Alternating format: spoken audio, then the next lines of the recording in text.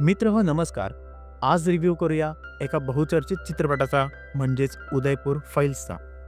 आपल्याला माहीत असेल की हा चित्रपट विविध कारणांनी वादाच्या भोवऱ्यात सापडला होता आणि नंतर सेन्सॉर बोर्डाने काही दृश्यांवर कात्री चालवल्यावर आता तो प्रदर्शित झाला आहे. तर हा एक सत्य घटनेवर आधारित चित्रपट असून उदयपूरला काही शांतिप्रिय समाजाच्या समाजकंटकांनी कन्हैया नावाच्या टेलरची ईशनिंदा केल्याच्या संशयावरून हत्या केली होती. तो या चित्रपटाचा मुख्य विषय आहे. यात कन्हैयाच्या मुख्य भूमिकेत आहेत विजयराज. आता ही फक्त त्यांचीच किंवा त्यांच्या कुटुंबाचीच गोष्ट नाही आहे, तर हा चित्रपट तिथपर्यंत पोहोचण्यासाठी बरीच वातावरण निर्मिती करतो. याची सुरुवात मध्ययुगात झालेल्या परकीय आक्रमणाने होते, ज्यात कसे मुघल सेनेने मंदिर पाडण्याचा सपाटा लावला होता. त्यामुळे काशीतल्या पुजाऱ्यांनी मंदिरातल्या मूर्तींना वाचवण्यासाठी काय केलं, नंतर त्या मंदिरांना कसे मशिदीत रूपांतरित केलं गेलं. आता इतके वर्ष लोटल्यावर कसा तो मुद्दा समोर आला, कोर्टाच्या आदेशानुसार सर्वे केल्यावर कसे विविध हिंदू चिन्ह आणि शिवलिंग सापडले वगैरे गोष्टी आपल्याला काही ॲनिमेटेड सीन्सद्वारे दाखवल्या जातात.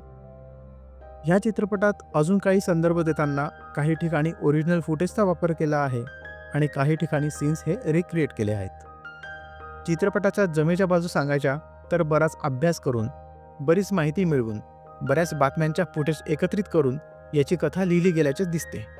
आणि दुसरी जमेची बाजू म्हणजे विजयराजचा अभिनय. बस एवढं सोडलं तर चित्रपट बघणं कठीण होऊन जातं. खटकणाऱ्या गोष्टींमध्ये प्रामुख्याने इतर सर्व कलाकारांची ॲक्टिंग येईल, ज्यात सर्व पात्र ओव्हर ॲक्टिंग करायच्या स्पर्धेत आहेत की काय असं वाटतं.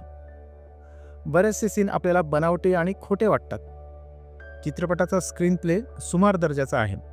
डायरेक्शन ही काही विशेष नाही आहे. शिवाय गाणी ही उगाच मध्ये घातलेली आहेत, जी कथेला संथ करतात. विजयराज हिरो आहे तर त्याची पत्नी हिरोईन असणार. आता हिरो हिरोईन म्हटलं तर गाणं झालंच पाहिजे. ह्या न्यायाने चित्रपटात काही गाणी आहेत जी अनावश्यक होती. असो.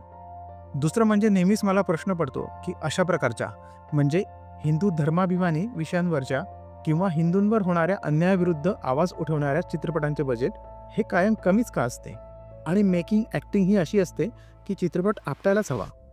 याही विषयात तेच झाले आहे.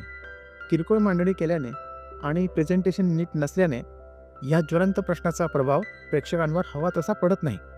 शिवाय ही केस अजून कोर्टात असल्याने दोषींवर कारवाई होऊन चित्रपटाचा शेवट झाला असंही काही नाही आहे. त्यामुळे बऱ्याच प्रमाणात फसलेल्या ह्या चित्रपटाला मी देईन 10 पैकी 5 मार्क्स.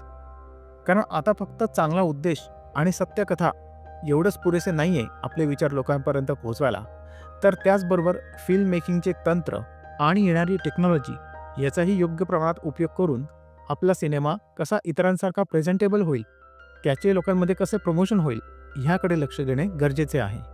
बाकी तुम्ही हा चित्रपट बघितला असल्यास तुम्हाला कसा वाटला ते कमेंट बॉक्समध्ये सांगा. व्हिडिओ आवडला असल्यास व्हिडिओला लाईक करा, आपल्या चॅनलला सबस्क्राईब करा. आपण भेटूच पुढच्या व्हिडिओमध्ये. धन्यवाद.